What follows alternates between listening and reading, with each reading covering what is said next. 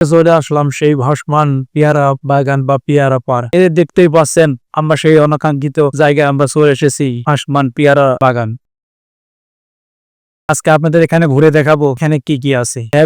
আপনারা বন্ধু ভিডিওটা দেখতেই থাকুন। বন্ধু আজকে যাচ্ছি বাংলাদেশের দক্ষিণাঞ্চলে কোথায় বিশিষ্ট একটি নাম করা জায়গা ভাসমান পেয়ারার বাগান। অনেকে হয়তো নাম শুনছেন ভাসমান পেয়ারার বাগান। আজকে আপনাদের সচক্ষেই দেখাই দেবো কেমন জায়গাটি। তো আমরা ভাসমান পেয়ারা বাসার উদ্দেশ্যে রওনা দিলাম। প্রতিমধ্যে আমরা চলে গেলাম সেই অনাকাঙ্ক্ষিত সেই আটঘর কুরিয়ানা যেটাকে বলা হয়। সেখানে গিয়ে আমাদের মোটরসাইকেল আমরা পার্কিং করলাম করে সেখান থেকে আমরা ট্রলারে যুগে যাব এই ভাসমান পেয়ারা বাবার কাঙ্ক্ষিত জায়গায়। তো সেখানে অনেক দর কষাকষি করে অবশেষে আমরা ট্রলার ভাড়া করলাম 1200 টাকা একটি ট্রলার ভাড়া করলাম। আমরা এখানে লোক ছিলাম 10 জন মতো। এদের দেখতে পাচ্ছেন আমরা এখন ট্রলারে উঠতেছি। এখন এই ট্রলার নিয়ে আমরা চলে যাবো সেই ভাসমান পেয়ারার বাগান। পরে আমরা ট্রলারের উপর ওঠার পরে ট্রলারের ড্রাইভার বিষয় পাই না। কিছুক্ষণ পরে দেখলাম তিনি তেল নিয়ে উপস্থিত। পরে তিনি তার ইঞ্জিনের মধ্যে তেল ঢুকিয়ে করে স্টার্ট দিলেন। অবশেষে আমরা রওনা দিলাম সেই ভাসমান পেয়ারা বাগান উদ্দেশ্য। ছোট্ট একটি খালের মধ্যে দিয়ে যাচ্ছি, চারিদিক থেকে শুধু ট্রলার দেখতেই পাচ্ছেন সবাই।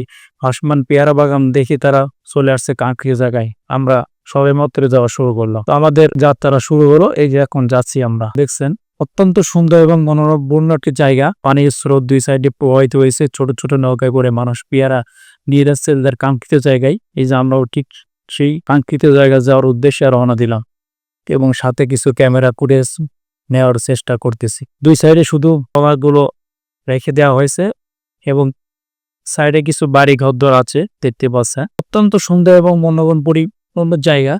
আপনারা যে কোনো সাইকেল লেখা আসতে পারে। নদীর মধ্যে কিছু কিছু ঘর দেখা যায়। দেখুন কত রিক্সে থাকে এরা। সাইড দিয়ে শুধু ঘর বাড়ি, এখান মধ্যে মানুষ বসবাস করে। এখন জোয়ারের সময় খালের মধ্যে পানি পরিপূর্ণ, দেখতে পাচ্ছেন পানি আর বাড়ি। যখন বাটা হয় এখানে পানিগুলো অনেক নেমে যায়। এরপর কিছুক্ষণ যেতে যেতে আমরা দেখতে পেলাম যে ছোট ছোট নৌকা করে মানুষ পেয়ারাগুলো তাদের সংগ্রহ করে নিয়ে যাচ্ছে। আমরা এখন প্রায় কাঙ্ক্ষিত জায়গার কাছে চলে আসছি। ওই সামনে দেখা যাচ্ছে অনেকগুলো ট্রলার রেখে দেওয়া হয়েছে। ঠিক ওখানে আমরা অবস্থান করে এরপরে আমরা আমাদের কাঙ্ক্ষিত জায়গায় পৌঁছে যাব। দেখতেই পাচ্ছেন অবশেষে আমরা আমাদের ট্রলার নিয়ে কাঙ্ক্ষিত জায়গায় চলে আসলাম। এটাই সেই ভাসমান পেয়ারা পার্ক বা ভাসমান পেয়ারা বাগান বলা হয়। আমরা এখান থেকে নেমে পড়লাম। নেমে পার্কে ভিতর ঢুকবো। এখন দেখেছি ওখানে প্রবেশ মূল্য 30 টাকা ওখানে লেখে দেওয়া হয়েছে চার্টে। পরে দর কষাকষি করে আমরা সেখানে টিকিট নিলাম। নিয়ে এরপরে আমরা পার্কের মধ্যে ঢুকলাম। অবশেষে এই যে আমরা টিকিট ক্রয় করলাম, আমরা এখন পার্কে প্রবেশ করলাম। পেয়ারা বাগানে ঢুকতেই যে চড়টা দেখতে পাচ্ছেন এটি ভয়ঙ্কর চড়।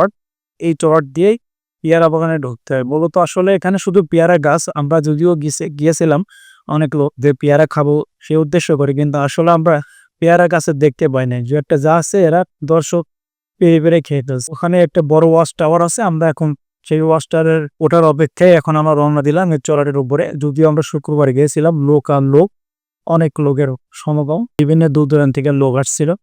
আমরা পরে গাদাগাদি করে ধাক্কাধাক্কি করে লাস্ট পর্যায়ে আমরা সেই কাঙ্ক্ষিত জায়গায় পৌঁছে যাই। দেখতে পাচ্ছেন একটি ওয়াচ টাওয়ার। এই ওয়াচ টাওয়ারটা অনেক রিস্কি যদিও দেখা যাচ্ছে মনে হচ্ছে গোপাটা ওসো না, কিন্তু অনেক উঁচু। এই যে আমরা এই ওয়াচটারে এখন উঠবে। দেখতে পাচ্ছেন লোকের সমাগম অনেক বেশি, লোকাল লোক। অবশেষে অনেক কষ্ট করে সেই কাঙ্ক্ষিত জায়গায় উঠতে পেরেছি। অনেকটা ভয় লাগতেছিল, কেননা ওটা নরম মাটি আর ওই উঁচু ওয়াচ টাওয়ারটা অনেক কম্পন করছিল। পরে ওইখানে উঠে আমরা একটু সেলফি টেলফি উঠাই ব্যস্ত। এরপর যাচ্ছার মধ্যে সেই সেলফি নিলাম। নিয়ে পরে আমরা এই ওয়াচ টাওয়ার থেকে নেমে পড়লাম। নেমে পড়ে এরপরে আমরা আবার মূল খোটাকে চলে আসলাম। বিভিন্ন সুন্দর সুন্দর জায়গা। এখানে এসে দেখলাম যে এখানে পেয়ারার জেলি দেখতে পেলাম। এটা আমরা ক্রয় করলাম 250 টাকা করে নিল জেলিটা। অত্যন্ত সুন্দর। যদিও আমরা বাসায় এসে খেয়ে দেখলাম আসলে অনেক সুস্বাদু। ওখানে কাপু তাদের নিজের হাতে তৈরি করে এটা বানিয়েছে। পরে আমরা দামাদামি করে নিলাম। জীবনে অনেক কিছু জেলি খেয়েছি, কিন্তু পেয়ারার জেলি যে হয় সেটা আমি জানতাম না। পরে এখান থেকে আমরা সেই জেলিটা ক্রয় করে নিয়ে এরপর আমরা আমাদের কাঙ্ক্ষিত লঞ্চে চলে আসলাম। পেয়ারার পার্ক আমাদের দেখা কমপ্লিট। এখন আমরা চলে যাব সেই ভাসমান পেয়ারার বাজার, যেখানে গিয়া মানুষ সচরাচর পেয়ারা কিনে থাকে। আপনারা জানেন এখানে যতগুলো বাজার আছে, যতগুলো বাগান আছে, বাগানের সব পেয়ারাগুলো এখান থেকে তারা সংগ্রহ করে যে বাজারে এখন বিক্রি করে। আমরা ঠিক সেই বাজারে এখন উপস্থিত হব। প্রতিমধ্যে আমরা যখন রওনা দিলাম দেখতে পেলাম যে অনেক নৌকার উপরে অনেকেই বসে বসে পেয়ারা বিক্রি করছে। যে দেখতে পাচ্ছেন সব কাঁচা পাকা পেয়ারা নিয়ে সব নৌকার উপর বসে আছে। এদের জীবিকার প্রধান প্রোডাক্ট হচ্ছে সেটা হলো পেয়ারা। এরা 3 মাস সচরাচর এই পেয়ারার ব্যবসা করে এবং বাকি 9 মাস তারা এমনি অন্য ব্যবসা করে দেখে। শুধু পেয়ারা আমরা ইতিমধ্যে রওনা দিলাম সেই কিছু জায়গা, সেই ভিঙ্গুলিয়া ভাসমান পেয়ারার বাজার দেখার জন্য। দেখতে পাচ্ছেন আমরা এখনো সেই পেয়ারা পার্কের মধ্যে আছি। অত্যন্ত সুন্দর এবং পরিবেশ এবং ন্যাচারাল প্রাকৃতিক জায়গা।